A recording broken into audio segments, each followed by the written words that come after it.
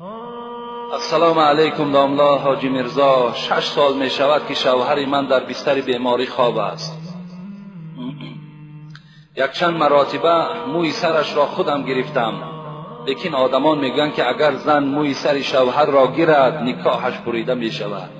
شما از نقطه نظر اسلام این را چقدر شرح می دهید؟ التماس جوابش را همین روز گردانید. من چند بار برای همه شما اعلان کردم، باز اعلان میکنم، همین زنک ها را فتواهاشون گوش نکنید، زیرا همه اونها بی سواد هستند.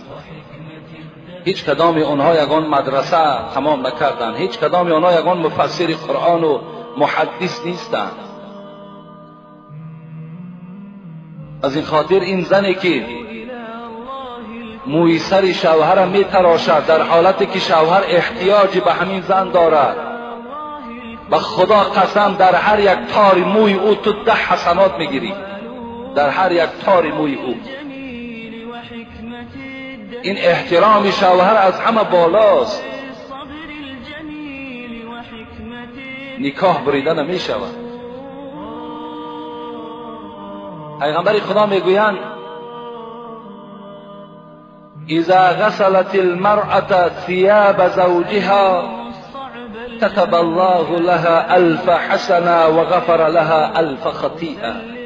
کدام زنی که اگر لباسهای چرکین شوهر میگیرد و در یک ظرف می اندازد و با دستهای نازک خود می شوید برای احترام شوهرش، برای که شوهرش لباس تازه پوشد، او را برده دستمال میکند و در دست شوهرش میدهد، پیغمبر خدا گفت در هر لباس شستگیت 1000 ثواب در نامه اعمال نویساده می شود و 1000 خطاهای تو را خداوند کوره میکند به خاطر لباس او را شستن.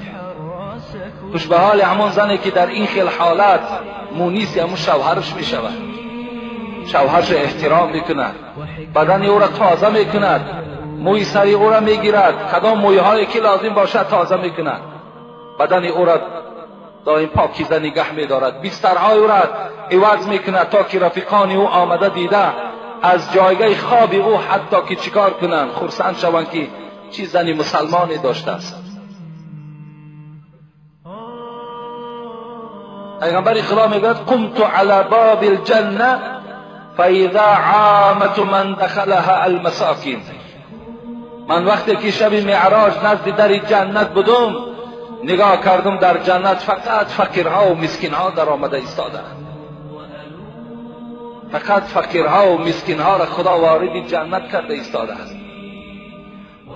و قمت علی باب النار، لیکن وقتی که نزد دروازه دوزخ ایستادم، دخلها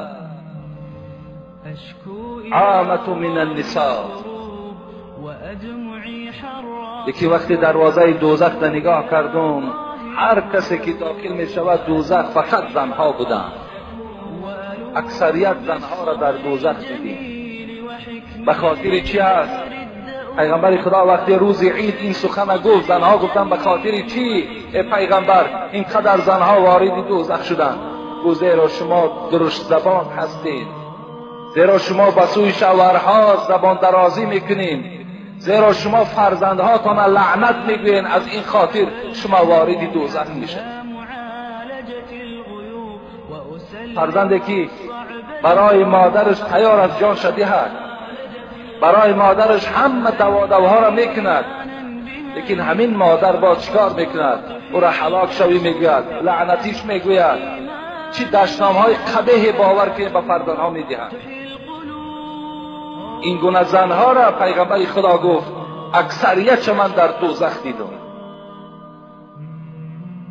خوش به حال همون زنی که این گونه معامله ها را نسبت شوهرشان میکنند. خوش به حالتان باور کنید ان شاء الله شما جنت را خریدید. رضا الزوج هو رضا الله. در بعض حدیث ها آمده است رضاگی شوهر حتی رضاگی پروردگار هم هست. چه رضاگی پدر و مادر هم رضاگی خدا میگویند، برای زنها رضاگی شوهر هم رضاگی خدا میگویند.